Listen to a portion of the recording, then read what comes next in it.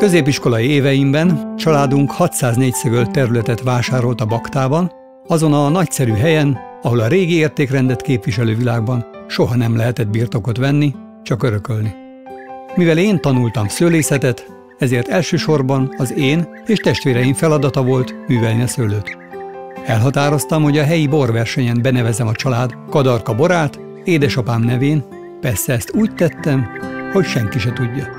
Az egyik vasárnap reggelén édesapám a helyi újságot olvassa, és nagybetűkkel hozzák: az első helyen végzett Vida Sándor Kadarkája. Apám nagyon szigorú ember volt, de akkor megcsillant a könny a szemében.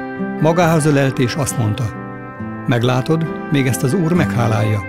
Ez a szülői gondolat ismét megerősített abban, hogy a borral érdemes foglalkozni.